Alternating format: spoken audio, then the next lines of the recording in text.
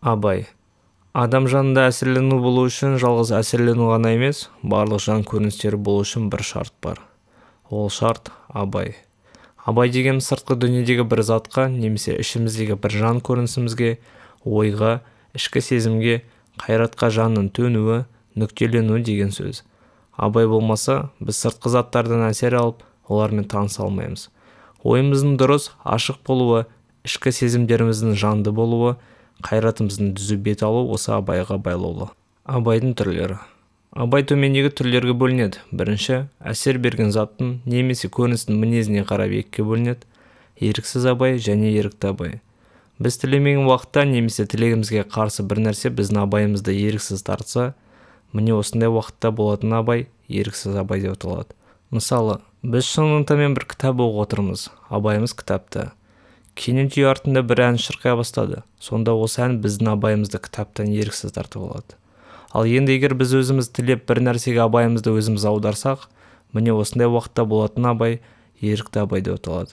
Мысалы, біз қазір бір өлеңді жаттап алайыншы деп жаттап отырғанда, абайымызды өз еркімізбен өлеңге жұмсап, жан-жақта сөйлеп жатқан сөздерді естімейміз. Абай табандылығына қарай екіге бөлінеді. Табанды абай, табансыз абай. Бір затқа қажымай қадалған абай табанды деп аталады. Мысалы, жан-жаққа көз, құлақ салмай бар дүниеден безіп үйрену үшін бір әнді қайта-қайта домбыраға салып отырған жігітте табанды абай болып отыр. Ал енді бір затқа тұрақтай алмай біріне-бірі секіретін абай табансыз абай деп аталады. Өзі бір әнді домбыраға салып үйренейін деп отырып, біресе сөзге кірісіп, біресе домбыра тартып отырған жігіт табансыз абай болып отыр. Үшіншіден, абайды тарататын заттың тұқымына қарай абай екіге бөлінеді. Ішкі абай және тысқы абай. Сыртқы дүние затына жұмсаған абай сыртқы абай деп аталады. Өзіміздің бір жан көрінісімізге жұмсалған абай ішкі абай деп аталады. Баланың абайы. Баланың абайы ересек адам абайынан көп төмен. Бірінші, баланың абайы ерікті емес, еріксіз. Яғни бала өзі тілеп, абайын бір нәрсеге байлай алмайды. Бір нәрсе еріксіз тартса, сонда ғана бала абайлы бола алады. Екіншіден, баланың абайы ішкі емес, сыртқы. Яғни бала сыртқы заттардан ғана абайлы бола алады. Өз жанында болып жатқан көріністерге абайлы бола алмайды. Үшіншіден, баланың абайы табансыз. Бала бір нәрсеге табанды, абайлы болам десе де бола алмайды. Бір нәрседен екіншіге әп-сәтте ауып жүре береді. Жас бала жеңіс қой, әуес қой деп қазақ дұрыс айтады. Балада табанды абай 11-12 жасында ғана бола бастайды. Абайдың қымбаттылығы және оның тәрбие қылу жолдары. Абай жан тұрмысының негізі. Бала абайлы болмаса, еш нәрсе ұқпайды және еш нәрсе үйрене алмайды. Абай осындай қымбат болса, сөз жоқ, оны тәрбие қылу керек. Тәрбие қылу жолдары мыналар. Бірінші, әсер күшті болса, бала еріксіз абайлы болады. Мысалы, мұғалім қатты сөйлесін, тақтаға жазғанда айқын қылып жазсын. Бала көрсететін суреттің бояуы ашық болсын. Балаға кеспелі әліпбидің берілетін себебі осы. Және де есте болу керек. Әсер неғұрлым күшті болса, абай да сонша күшті болады дедік қой. Ал енді сол әсердің өзінің күшті болудың бірнеше шарты бар. Бірінші, әсерді қабыл алуға сыртқы сезімдер неғұрлым көп қатынасса, әсер сонша күшті болады. Сондықтан балаға бір нәрсені білдірмекші болғанда, сол нәрседен әсер алуға баланың көп сыртқы сезімдерін қатынастыруға тырысу керек. Мысалы, баланы бір затпен таныстырмақшы болсан, сол зат туралы сөйлеп қана қоймай, алып келіп балаға көрсет. Көрсетіп қана қоймай, сол заттың суретін салдыр. Суретпен ғана қанағаттанба, балаға балшықтан сол затты жасат. Әсердің күшті болып, абайды көп тартуының бір шарты осы. Екінші, әсерді қабыл алу денеге қолайсыз болмасын. Денеге қолайсыз болса, әсердің күші бітеді. Әсердің күші бітсе, абай бітеді. Мысалы, бір нәрсеге қанша абайлы болып отырсан да, отырудың қолайсыз болса, абай бітіп болады. Баланың партаға жатқызбау, таяндырмаудың керектігі осыдан. 2. Әсер жеке болсын. Егер біздің көз алдымызда бір ғана зат тұрса, біз сол затқа абайды көп жұмсап, тексеріп қараймыз. Егер бірнеше зат тұрса, абайымыз бытырап, жақсы қарай алмаймыз. Бір әсермен әсерленіп, соған абайын жұмсап отырып, екінші әсерден өзін тыйып қалу балаға тіпті болмайтын жұмыс. Бала бір әсерден бір әсерге тез көше береді. Сондықтан балаға сабақ берген уақытта, баланың алдына оны абайын бөлгендей, беріліп отырған сабаққа жанасы, қатысы жоқ еш нәрсе тұрмасқа тиіс. Балада жақсы отырсам, жақсы оқысам, молдадан мақтау сый аламын, жаман болсам молдадан таяқ жеймін, ұрыс естеймін деген ойда болмасын. Мұндай болса, баланы абайы соған жұмсалып, мұғалімнің беріп отырған сабағын білейін деген шын ынтамен тыңдамайды. 3. Әсер жаңа болсын. Әсер неғұрлым жаңа болса, абайды сонша көп таратады. Бір нәрсе қанша жат, қызықты болғанмен көз алдымызда тұрса, біраздан кейін ол біздің абайымызды оятпайтын болады. Біз оны байқамайтын боламыз. Сондықтан бала абайлы болсын десең, балаға әсерді жаңалап беріп отыру керек. Мысалы, бір сабақтың артынан екінші түрлі сабақ. Қазақтың ендігі жас балалары баяғы күн шыққаннан күн батқанша балдырған жас балаларды қалғытып, мүлгітіп, әлбісіне дегізіп шұлғытып қоятын надан молдалар заманында тумағаны қанша шүкірлік қылса да аз-ау. Түрлі сабақты ауыстырып отыру ғана емес, бір сабақтың өзін де түрлендіріп, жаңалап беруге болады. Мысалы, бір әріпті таныстырғанда, мұғалім әуелі әріпті көрсетіп, онан соң кеспе әріптері ішінен тапқызады. Онан соң жаздырады. Қысқасы, баланы абайы сөніп қалмас үшін әсерді жаңалап отыру керек. Бірақ түрлендіргеннің жөні осы екен деп үсті-үстіне бастырмалай беруге жарамайды. Онда бала біреуіне абайын тоқтата алмай қалады. Міне, баланы түрлі ойыншыққа көміп тастаудың дұрыс емес екендігі осыдан. Жаңа бастаған жас балаға 5-10 минуттан артық сабақ беру дұрыс емес. 4. Жаңа алынатын білім мен ескі білімнің қатынасы болсын. Біз өзіміздің таныстарымыз немесе туғандарымыз туралы сөз естісек, абайымызды жұмсақ, құлақты түріп тыңдай қаламыз.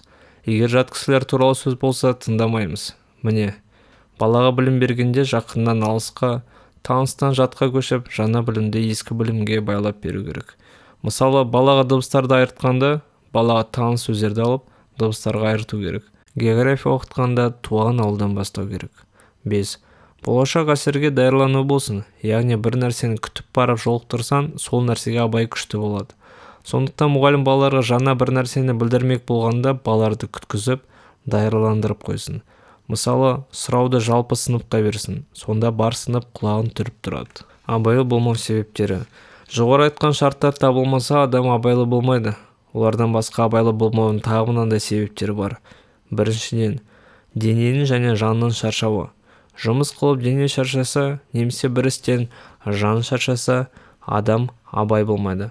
Сыныпта отырған баланың тез шаршауы, оның ақылының жұмыс қылуынан, әсіресе тек отырудан, ауаның бұзылуынан. Сондықтан сабақ уақытында балалар абайлы болмай бастаса, мұғалім дереу балаларды босатып, жүгіртіп ойнатып, сыныптың ауасын жаңарту керек.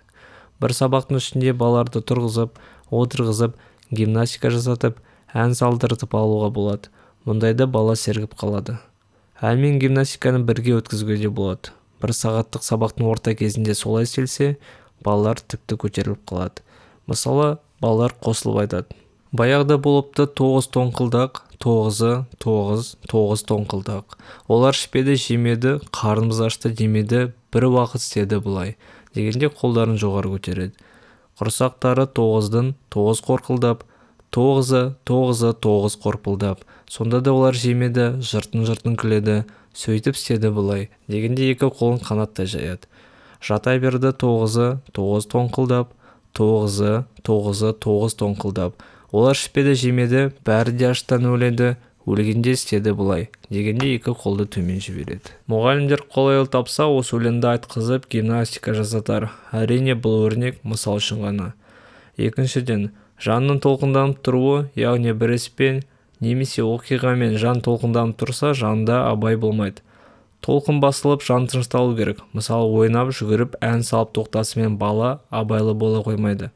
Мұғалім осыны ескеру керек. Үшіншіден, абайлы болмаудың үшінші себебі бейғамдық, рассеянность. Бейғамдық тумада болады, жүреде болады. Бейғамдық екі түрлі, тіпті ешбір нәрсеге абайын тоқтата алмайтын адамның бейғамдығы, және бір нәрсеге абайлы болып, басқа нәрселерге абайлы болмайтын адамның бейғамдығы. Бұл екі бейғамдықтың бастапқысын бір ауру деп айтуға болады. Бұл терең, ұзақ тәрбиелейді. Ал енді екіншісін зиянды бейғамдық данышпан адамдарда көп ұшырайды. Жоғарыда саналған абай түрлерінің ішіндегі адамға ең қымбаты адамның терең, толық білімді болуына себепші болатыны сөз жоқ, ерікті абай. Сондықтан тәрбиеші күшін баланың ерікті абайын өркендеуіне жұмсау керек. Ерікті абайды өркендету әсіресе жоғарыда айтылған абай шарттарын орындауымен табылады. Суреттеу ұғымы. Бір заттан немесе көріністен болған әсерлену зат немесе көрініс жоғалса, ол да яғни әсерленуде тоқтайды. Бірақ әсерлену өз тоқтағанмен, жоғалғанмен оның жанында өзі болады. Яғни жанды заттың немесе көріністің суреті болады. Мысалы, біз жазды күні көрген кемпір қосақты қысты күні суреттей аламыз. Міне, осы заттың өзі бізге әсер беруден тоқтаған күнде де біздің ой менен жанымызда сол затты тірілте алуымыз, сол заттың суретін көз алдымызға алып келуіміз суреттеу деп аталады. Суреттеу мен әсерлену арасындағы айырма. Суреттеу мен әсерлену арасындағы айырмалар мынандай. Біріншіден, әсерленудің болуына жанды денеде қатынасады. Ал енді суреттеу жалғыз жанның ғанасы. Екіншіден, әсерлену әсер беріп тұрған зат болса болады, зат жоғалса тоқтайды. Ал енді суреттеу қайта зат жоғалса болады. Үшіншіден, суреттеудің күші әсерленудің күшінен кем болады. Мысалы, күн күркіреуді есту бар, күн күркіреуді еске түсіріп оймен суреттеу бар. Күн күркіреген ойлап суреттеп отырғанда біз естіп отырғандай қорқамыз. Ал енді суреттеудің күші әсерленудің күшіне жетсе, ол уақытта суреттеу ауруға айналады. Аурулы суреттеу галлюцинация деп аталады. Галлюцинация бізге ешбір әсер бермеген бір затты немесе көріністі суреттеу деген сөз. Бұл адамның миы, жаны сау болмағандықтан болады. Мысалы, өлген адамды көру, жын, пері көру, әлде қайдағы бір затты көру, жоқ дауысты есту сықылды. Қазақтың бақсы балгері осы галлюцинация ауруларына ұшырағандай ғой. Суреттеулердің бөлінуі. Суреттеулер ауданына қарай екіге бөлінеді: жалқы суреттеу және жалпы суреттеу. Егер біз жалқы бір затты суреттесек, жалқы суреттеу деп аталады. Мысалы, Сәрсенбай деген бір жалқы адамды суреттеу болады. Ал енді біз бір-біріне ұқсас, тұқымдас көп затты суреттесек, жалпы болады. Мысалы, жалпы сиырды суреттеу, жалпы суреттеу болып шығады. Суреттеулер ішіне қарап тағы екіге бөлінеді: жабайы және күрделі суреттеулер. Заттың өзін емес, сынын ғана суреттеу жабайы суреттеу деп аталады. Мысалы, қаралықты немесе қызылдықты суреттеу сықылды. Ал енді затты барлық сындарымен суреттеу күрделі суреттеу деп аталады. Мысалы, қара сиыр, жирен атты суреттеулер сықылды. Баланың суреттеулері. Бір затты дұрыс суреттей алу үшін сол заттан адам жанында көп әсерлену болу шарт. Егер бір заттан бірлі-жарым ғана әсерлену болса, ол уақытта заттың барлық сыны жанында қалмайды. Баланың әсерленулері әлсіз. Бұл бір. Сыртқы заттармен бала жана танысып келеді, яғни балада әсерлену әлі де көп болған жоқ. Бұл екі. Міне осы сабақтардан бастапқы кезде баланың суреттеулері дұрыс болмайды. Жас балада бір заттан әсерлену болғанда, заттан түгел әсерлену емес, сол заттың бір балаға жат көрінген сынынан ғана болады. Мысалы, қанттан әсерлену алғанда қантты ақ зат деп емес, түрлі тәтті бір зат деп қана біледі. Сондықтан ол екеуі де тәтті болғандықтан қант пен кәмпитті айыра алмайды. Балада дұрыс суреттеу болу үшін оның жасында көп және ашық әсерленулер болу шарт. Сондықтан тәрбиеші баланы көп заттан әсерлендірген соң дұрыс және ашық суреттеуге ижтихат қылу керек. Суреттеу ассоциациясы. Біздің жанымызда сансыз көп суреттеулер бар. Осы суреттеулер қанша көп болғанымен біз оларды бір-біріне араластырып шатастырып алмаймыз. Мұның себебі біз суреттеулерді байлам-байлам қылып байлаймыз да, жанымыздың әр түкпіріне тастаймыз. Бізге бір байлам ішіндегі бір суреттеу керек болса, біз сол суреттеулерді алып келеміз. Бұл суреттеу ана өзімен бірге байлаулы тұрған суреттеулерді бірге ала келеді. Міне, осы суреттеулерді бір-біріне байлау суреттеулер ассоциациясы деп аталады. Бірақ суреттеулерді беталды бір-бірімен байлай беруге болмайды. Байлаудың, яғни ассоциацияның белгілі жолдары бар. Олар: бірінші, жақындық ассоциациясы, екінші, тұқымдастық ассоциациясы. Жақындық ассоциациясы. Бір уақытта немесе бірінің артынан бірі болған әсерленулерді біз бір байлам қылып тастаймыз. Яғни сол бір уақытта немесе бірінің артынан бірі болған әсерленулердің біреуін суреттегенде сонымен бірге байланған әсерленулер өздері келіп суреттеледі. Жақындық ассоциациясы дегеніміз осы. Жақындық ассоциациясы екі түрлі болады. Бірінші, көршілестік ассоциациясы және екінші, замандық ассоциациясы. Көршілестік ассоциациясы. Біз бір затты суреттесек, сол заттың жанында тұрған басқа заттарды да суреттемей қоймаймыз.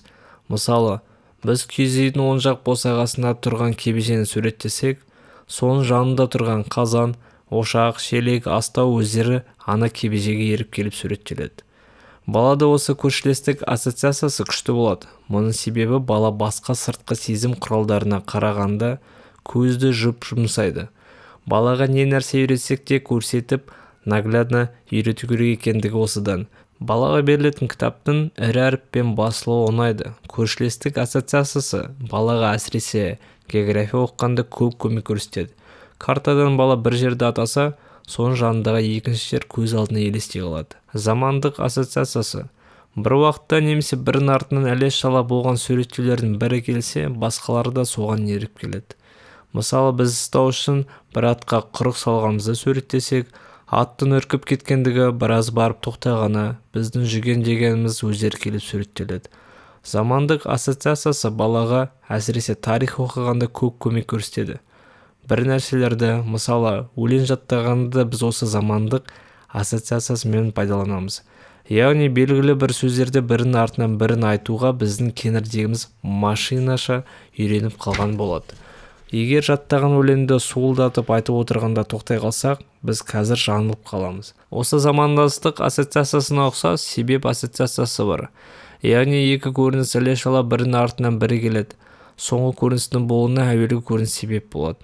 Сіріңке сызсаң жарық болады, бірақ бірінің артынан іле-шала бірі болатын екі көріністің әуелгісі соңғының болуына себеп деуге болмайды. Бұлай болу үшін әншейін тура келіп қалудан, қазақ айтқандай мергеннің басуына құланның қасынуы тура келгеннен, немесе басқа бір себептен болуға мүмкін. Мысалы, қонақ келген күні қой егіз тапса, қонақтың құттылығынан емес, қой егіз қозыны қонақ келген соң көтерген жоқ қой. Онан бәленше ай бұрын көтерген. Қойдың егіз қозысын табуы қонақтың келуіне тура келіп қалды. Бірінің артынан бірі болатын екі көріністің біреуіне алғы себеп болып отырады деп ұғу адамды зор қатеге түсіреді. Қазақтың неше түрлі ырымдары осы қате ұғудан туған. Тәрбиеші баланы осы қатеден, яғни ырымшыл болудан сақтау керек. Тұқымдастық ассоциациясы. Біз бір нәрсені суреттесек, соған тұқымдас ұқсас екінші нәрсе бір уақытта болмаса да, ана нәрсеге өзі еріп суреттеледі. Тұқымдастық ассоциациясы дегеніміз осы. Тұқымдастық ассоциациясы екі түрлі. Бірінші ұқсастық ассоциациясы және екінші қарсылық контраст ассоциациясы. Ұқсастық ассоциациясы. Біз бір нәрсені суреттесек, соған ұқсас екінші бір нәрсені де суреттейміз. Мысалы, біз бір адамды суреттесек, сол адамыз пішіні, сөзі, жүріс-тұрысымен біздің бір досымызға ұқсайтын болса, сонда біз мынау досымызды да суреттейміз. Осы ұқсастық ассоциациясы бойынша оқуды тез және жақсы меңгеріп алу үшін оқу материалын концентр қылып тұрудың керектігі келіп шығады.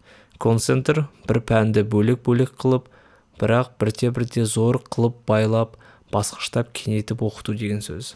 Қарсылық ассоциациясы. Біз бір нәрсені суреттегенде соған тіпті ұқсамайтын қарама-қарсы нәрсені суреттеу болады.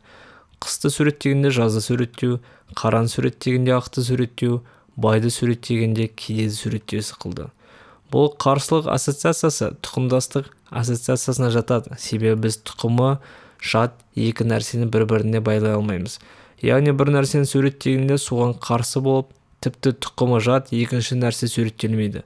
Мысалы, қысты суреттегенде оған қарсы сиырды суреттемейсің, бәлкім жазды суреттейсің. Себебі қыс пен сиырдың тіпті тұқымы басқа. Балаларды оқытқанда қарсылық ассоциациясының көп пайдасы тиеді.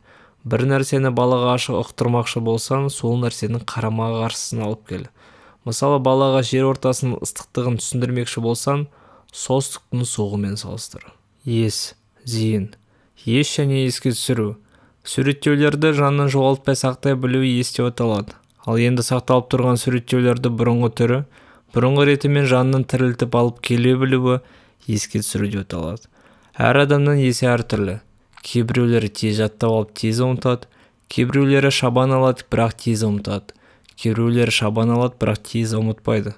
Кейбіреулері тез алады, сонда да ұмытпайды.